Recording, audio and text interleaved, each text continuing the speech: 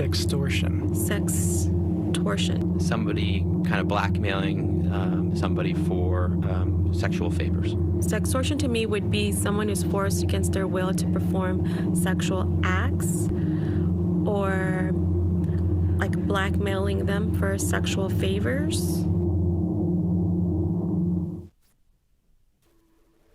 Well, to be very precise, sextortion is when someone blackmails you into providing them money, images of a sexual nature, or sexual favors by threatening to release your graphic information, videos, and/or pictures. Sextortion is real. And not only is it happening to adults, but sadly, it is also happening to college students, high schoolers, grade schoolers, and even kindergartners. You heard me right, kindergartners, as young as 5 or 6 years old. Parents, this is a wake-up call, a call to pull your heads out of the sand, because tragically, in some of these cases, the results are fatal. Online scams are nothing new, but more and more scammers are targeting young people. I'm Kaylee, and I'm a victim of sextortion. The FBI says sextortion scams are on the rise. My son Riley was a victim of sextortion.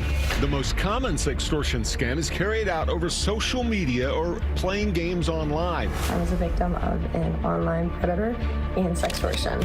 I was blackmailed, coerced, threatened, sexually harassed. I found myself in a deep hole where they were preying on my insecurities. The FBI said last year it received over 18,000 sextortion-related complaints with losses of over $13 million.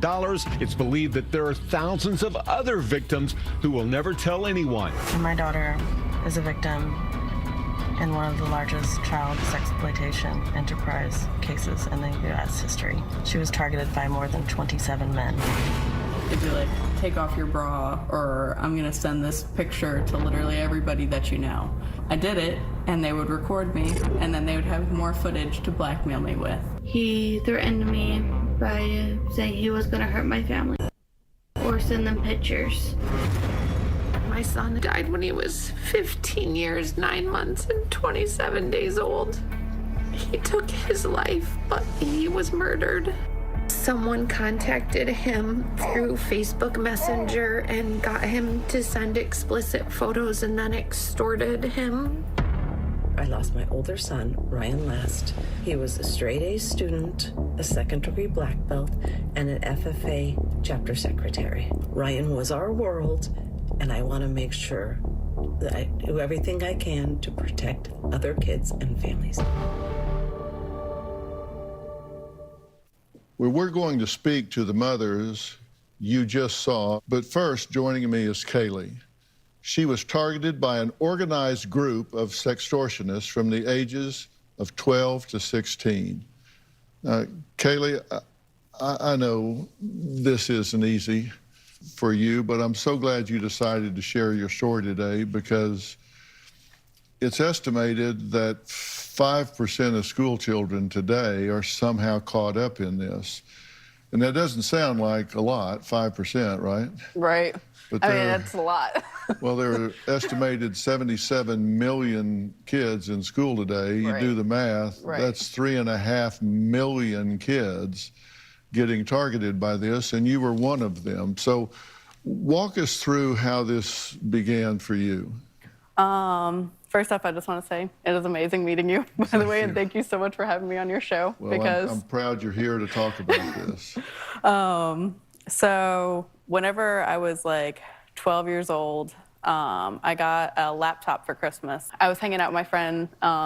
She and I were on this website where you make like little GIFs, like, you know, those GIFs that you send to people. It's just like a 3-second clip that plays over and over again. So you'd make like little clips like that, and we'd make like silly GIFs of us like dancing around or something like that. And so they sent this group of people sent us a message. It was like one person that sent us the message, but we went to the group chat, and it was like us on camera in this little chat room underneath us. And we started talking to them like I know I was talking to them every single day. And I was talking to them for every single day until I was 16 years old. Now, they were just typing, right? You Yep. couldn't see them. Yeah. You were on screen, and they were talking to you, and they were telling you a lot of things you wanted to hear, right? Yeah, they would like compliment us. They would they're basically like our best friends at the time. They like got really close to us, and since we were talking to them so much, and we eventually got comfortable with them, and we would show like a part of our body or something. We thought that they were teenagers, or like somebody that was like our age. So. Did they ever say why you couldn't see them? They would come up with excuses all the time. There's all kinds of excuses. Then you got an anonymous message that on Skype, right? Saying, I actually hacked into your chat room and recorded you. Yep. And what was that about? So they said that they hacked into the chat room and recorded what I had done, which I like flashed. And so they sent me the recording of me flashing, and they were like, get on webcam with me right now, or I'm gonna send this to literally everybody you know, like your friends, family, school. You're talking to what you believe to be, you know, friends and girlfriends, and y'all are laughing and cutting up, and they say, come on, flash us. Yeah. And everybody's laughing, Yeah. and so you flash real quick, and everybody goes, oh, that was so funny, and blah, blah, blah, blah. At the time, it doesn't seem like that big a deal, right? Because you think you're talking to a bunch of girls, and you guys are giggling around. Yep. But now they've got that, and now they leverage you with that by saying what? They're like, oh, you need to like take off your shirt, you need to take off your pants. Like they would basically just want us to take off more clothes. And then they would threaten. They would find our addresses. They would send pictures of our houses.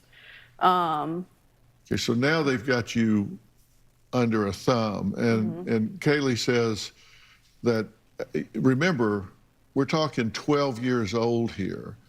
And Kaylee says that all it took was her sending just one photo for her sextortionist to be able to abuse her for years, because this gets into a vicious cycle.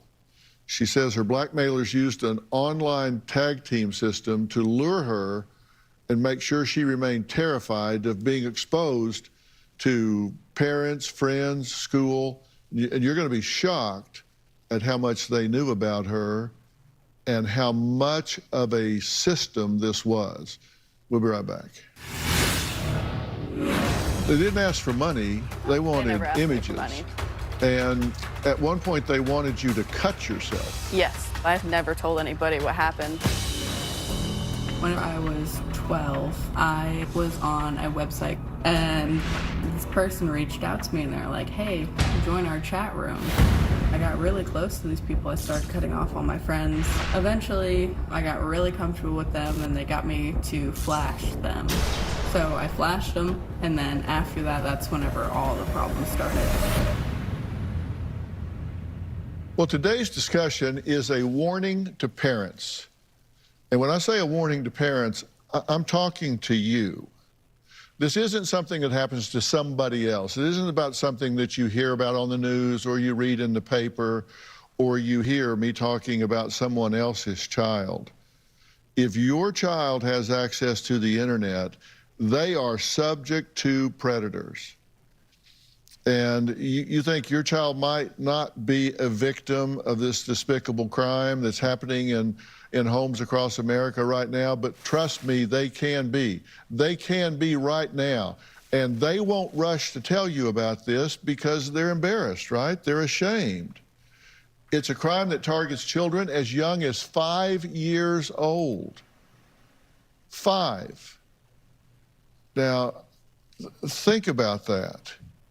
And you have to put yourself in their shoes, because you think, well, I would tell people to go jump in the lake. Well, maybe you would, maybe you wouldn't. But when you're a child and you're thinking about, oh my God, It's called sextortion, blackmailing someone, often a child, for money, sexually explicit material, sexual favors, maybe all three.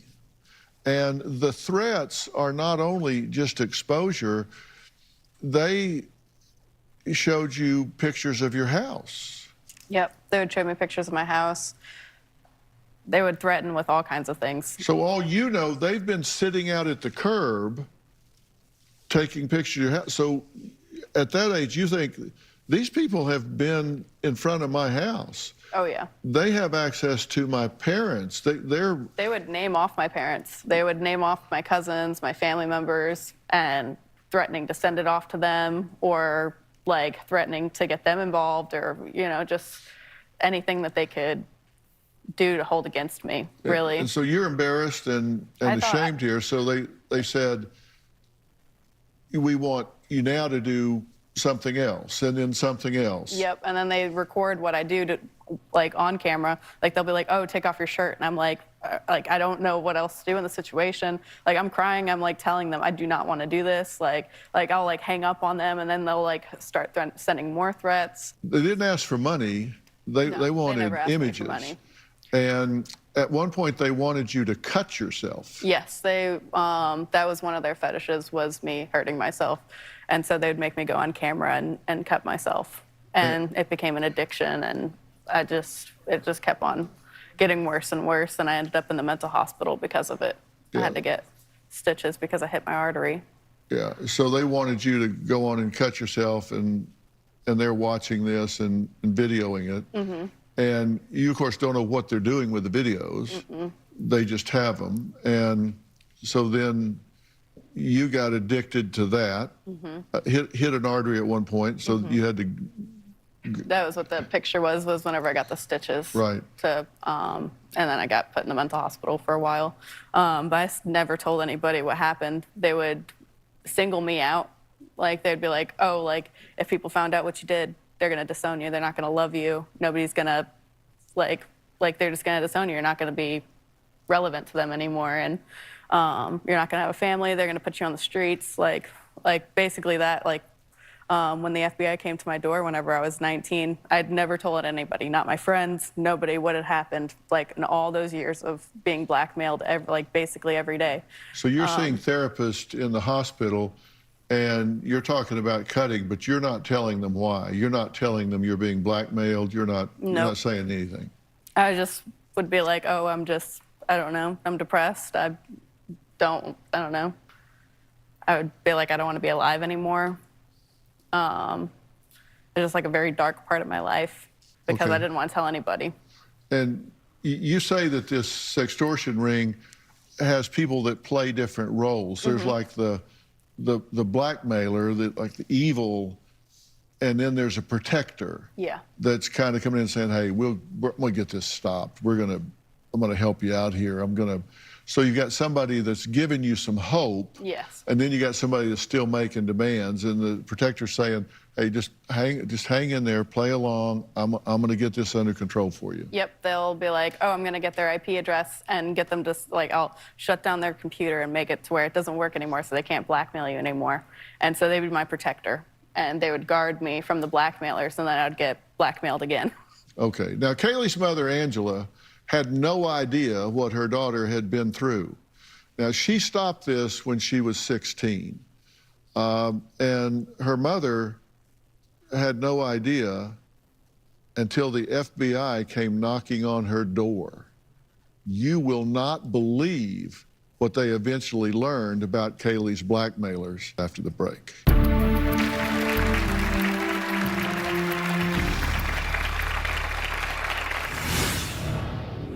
What did you think when you found out what had been going on? It was nothing that we could have even thought could be true. They were forced into doing so many things that were just unthinkable.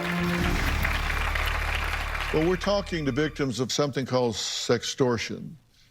And that's when children, mostly, are enticed into doing some type of sexual act, something that exposes them on the internet, and then it starts this seemingly never-ending cycle. Well, you did that, and we're going to expose you to everybody you know unless you do this. And then when you do that, now they've got even more. They say, okay, well, you better do this, or we're going to expose you. And they know everything, where you go to school, who your friends are, family. They have pictures of the house.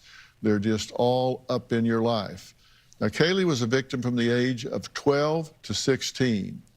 And she says her abusers, as it turned out, kept detailed spreadsheets of their conversations with her, recording her likes, dislikes, friends, family, moods, all to better blackmail her with. Now, joining us is Kaylee's mother, Angela, who says she and her daughter have always been very close, yet she had no idea her daughter was being abused in this way. Now, this went on for a long time, and despite the fact that you two shared so many things and were so close, this was something she didn't know how to bring this up. She didn't know how to talk to you about this. Her group of friends was targeted. This was happening to people that she was best friends with, and none of them mentioned it to each other even. These kids were so scared of these guys that they did not even tell each other. Yeah, it's just a matter of embarrassment and shame. And you only found out about it 3 years after it had ended. And at 16, how did you disengage? How did you end this? They were kind of like coming off my back a little bit as I was getting older. I think they were more into like children.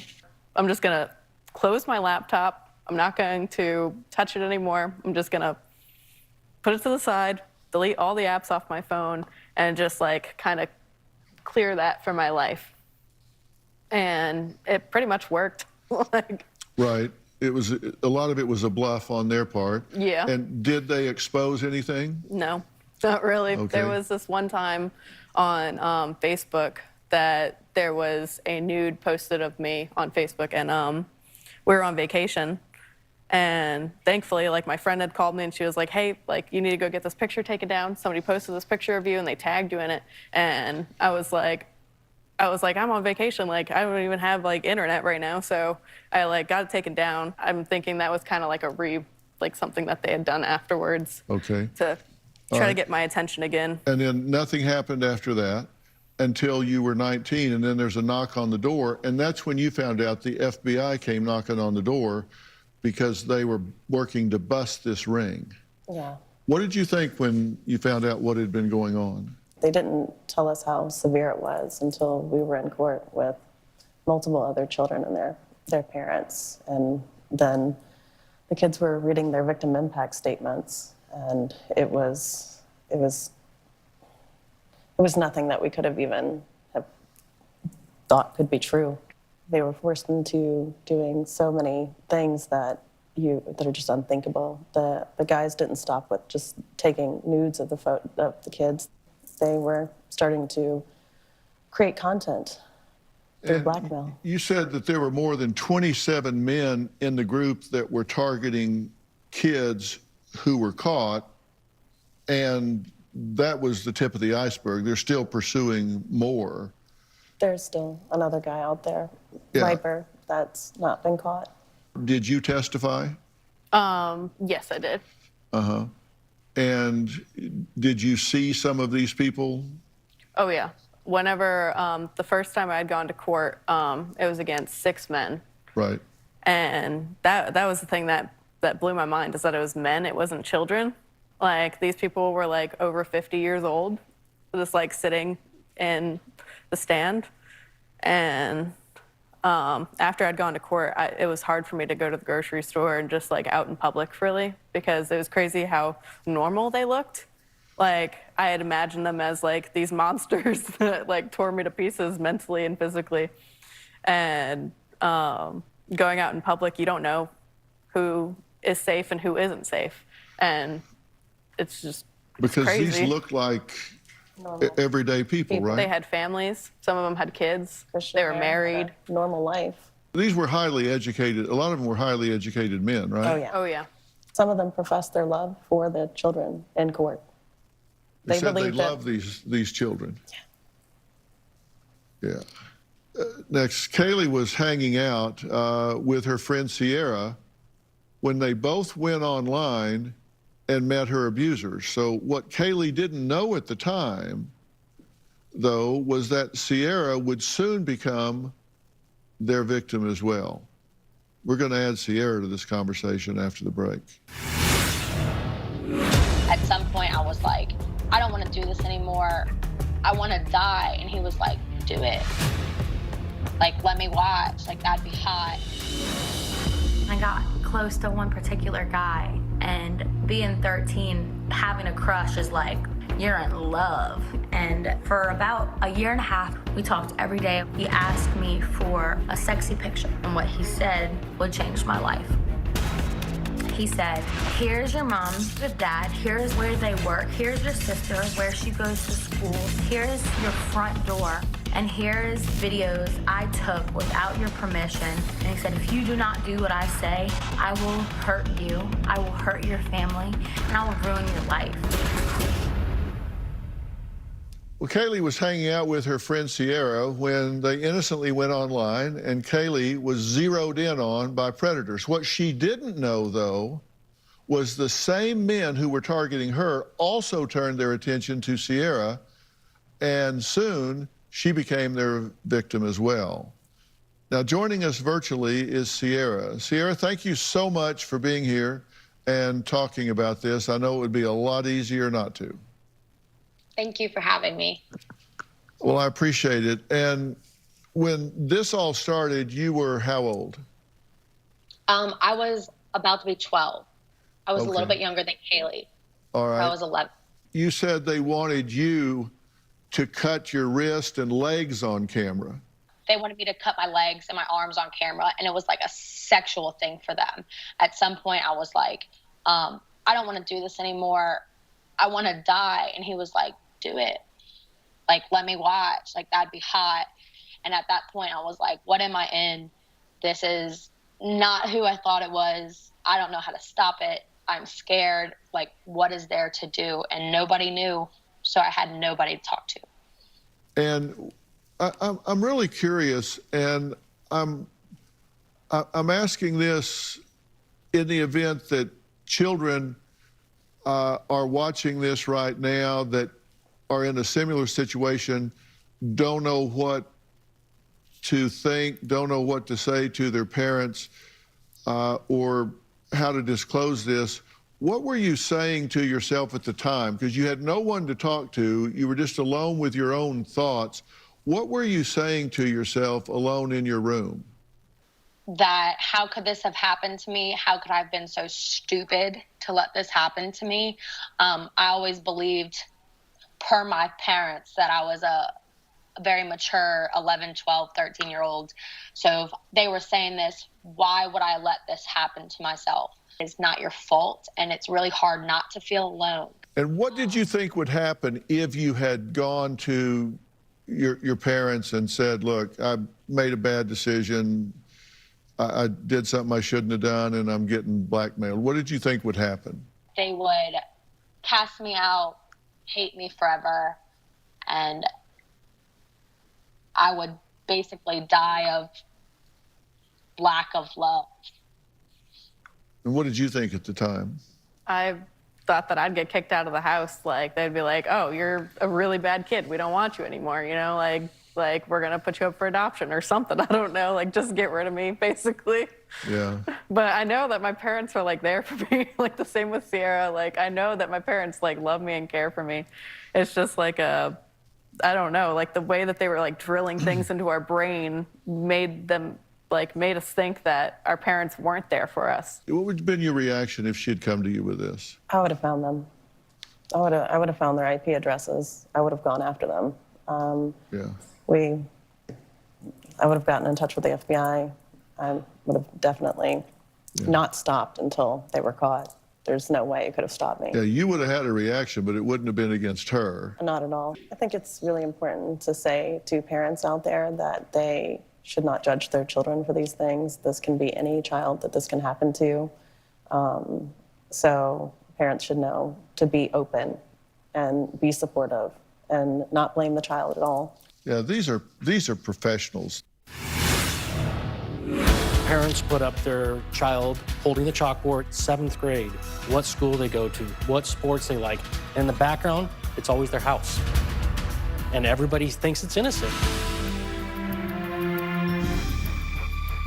I want to add to the conversation today Sergeant Sean Pierce, commander of the Silicon Valley Internet Crimes Against Children Task Force, where he worked for 9 years as a detective and as a commander for the past 4. And with Sergeant Pierce is Angela Donzanti, crime and intelligence analyst with the San Jose Police Department Internet Crimes Against Children Task Force. So welcome to both of you. Wow. These are sick and demented people, but they're really good at manipulating children, correct? They are. They're very good. And when you see this happening, they've done their homework. They do have these spreadsheets. They know a lot about these children before they engage. Is that the case? Yes, as you can imagine nowadays with the internet, most kids live their life on the internet. And by nature, most kids are very honest. And they're going to post everything that they post online. They post what school they go to, what sports they're taking. And all they're doing is feeding this information to predators that are out there looking for them. The more information, just the innocent information that kids put out there of, I just finished, practice, or I just won a game, and then being proud of those accomplishments, or we're on vacation now, and there's family photos on there. Just innocent posts can reveal a lot of information to these people that fuel that fire for them. Yeah, and they get these pictures of the house and all just from Google Earth or whatever. They could. There's a trend going on now as school's starting. I'm sure a lot of you have seen it, where parents want to let their friends know, hey, my son or my daughter is starting school. So they have a chalkboard and they'll put up their child holding the chalkboard, dressed in their new school clothes. And a lot of times you'll see it has everything on there. 7th grade, what school they go to, what sports they like. And in the background, it's always their house. And everybody thinks it's innocent. It is innocent. But we try to tell parents that do that is there's no information that needs to be there. Your friends are the ones that you're sending this to, so they already know your child's name. They already know where your child goes to school, what grade they're going into. So there's no need to have all that information, because that information is for your friends, and they already know it. So once they get them engaged and they get these compromising images, are they using these in a group that they're in? Are they marketing these? What's happening to these images that they get? I think it depends on who is doing the extorting and what they are trying to accomplish. We've kind of separated them in my jurisdiction to monetary sextortion and predatory. The monetary sextortion are the guys that are doing it. It's not about sex. They're using the sex photo or the image to gain money. It's all about money. They're very short conversations, a day, maybe a day and a half. They just want the money. And then you have the predatory that are after the images. So child sexual abuse imagery is out of control in this country, in the world. But eventually, you got to get new content. So that's what these guys are doing, is they're using these platforms to get their new content. And imagine you're 16 years old. What are you going to do? Are you going to tell your mom? Are you going to tell somebody? I can't even imagine being in that situation of someone saying, hey, if you don't give me these intimate photos you just sent me, I'm sending it to everybody. Yeah, and it's real easy as an adult to look on that from one point of view, but as a teenager, afraid of authority figures and judgment and all, it's very different. Next, 8 years ago, we met a mother whose daughter, Amanda, took her own life after being sextorted for years. Now, unlike many of the predators out there, this man was caught, not once, but twice. Carol is here with us again today, and we're going to talk with her after the break.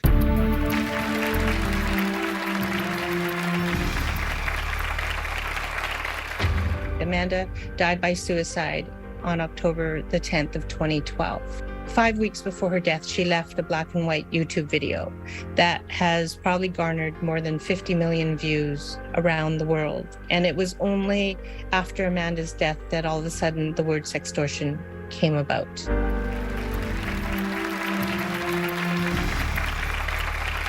We met Carol 8 years ago after her precious daughter, Amanda, took her life after being sextorted.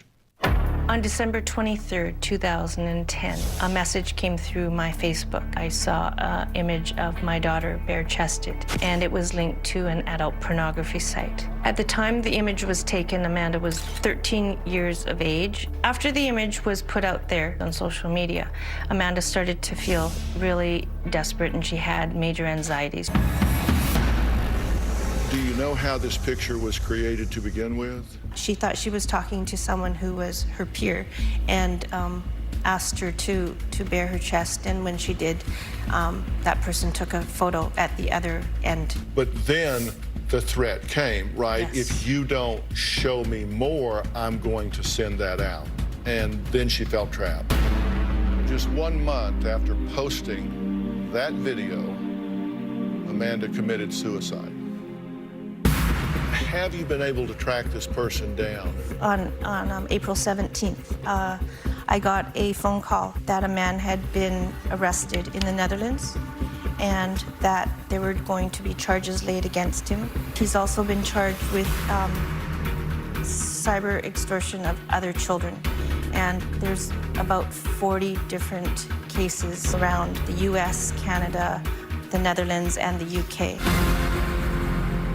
In August of this year, her abuser was finally convicted of extortion, 2 counts of possession of child pornography, child luring, and criminal harassment. Now, not shockingly, this wasn't the first time Amanda's predator had done this. In fact, in 2017, he was sentenced to 10 years and 243 days in prison by a Dutch court for blackmailing and harassing dozens of young women on the internet. So good to see you again. It's nice to see you again, too. So sorry for the circumstance. One of these days, we're going to have to get together and talk about something else, anything else. We will. But thank you for being here to shed light and gravity to this circumstance. Yet again, how much time is he looking at? Well, I do live in Canada, right? So we're not quite sure what each charge will bring. For me, if he got time to be put away so that he is not left out in the community to prey upon other children for additional years, that makes me happy. I would like somewhere between 10 and 20, but I'm not sure. I hope they put him under the jail. No doubt about it. But you know, this is, you know, it's been 8 years, and this is just growing, right? This is getting worse and worse. It is growing, yeah, and we don't see any stopping it right now. Since I was contacted by your show last week, just my department has had 11 cases in 7 days. Wow. Yeah, and it's not just, it doesn't go to any geographic area. It's not just California. It's all across the country. And if you think that girls are the primary target for these sick criminals, and only the girls, you would be wrong. Not only are boys being blackmailed, but numbers are on the rise.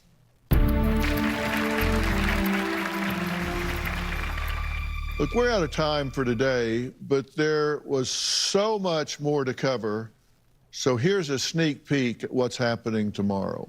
Tomorrow on an all-new Dr. Phil, a conversation that every parent in America needs to hear. Sextorted to death. Within minutes of them getting the picture, they demanded $5,000. The deadly aftermath. His little sister got home from school and found him. He felt he had no other option but to take his own life. As soon as the money has sent, it doesn't stop, because now they have a money source.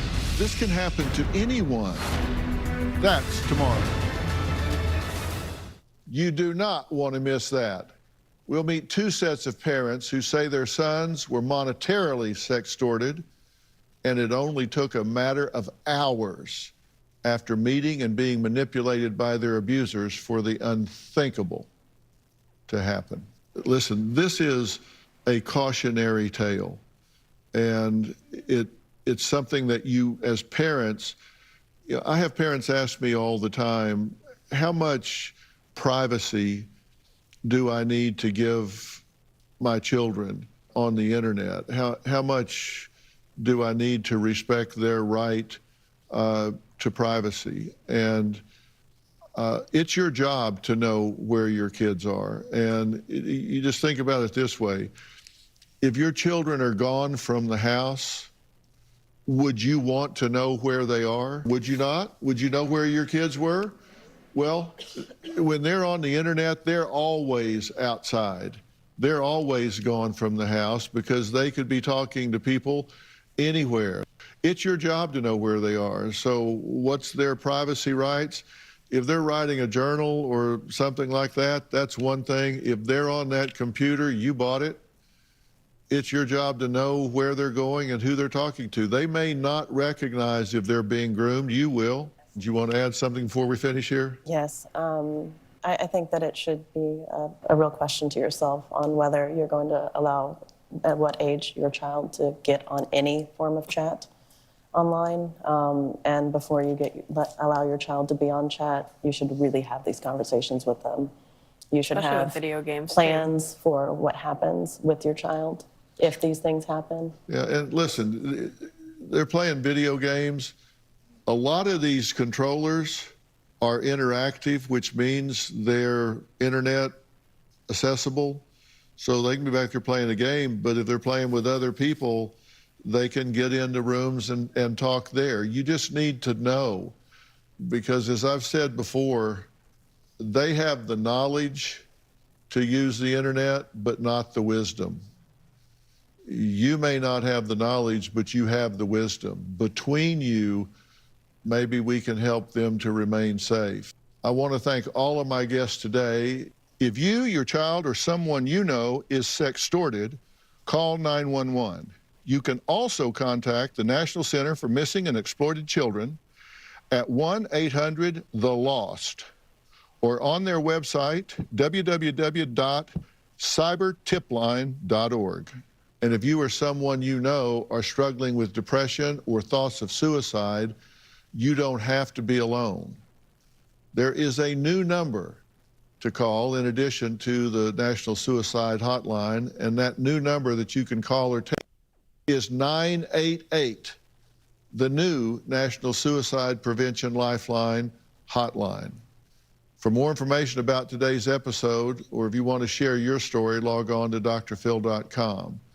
You can add your voice to this very important conversation because it's going to continue on Twitter, Instagram, and Facebook. Stay safe. We'll see you tomorrow.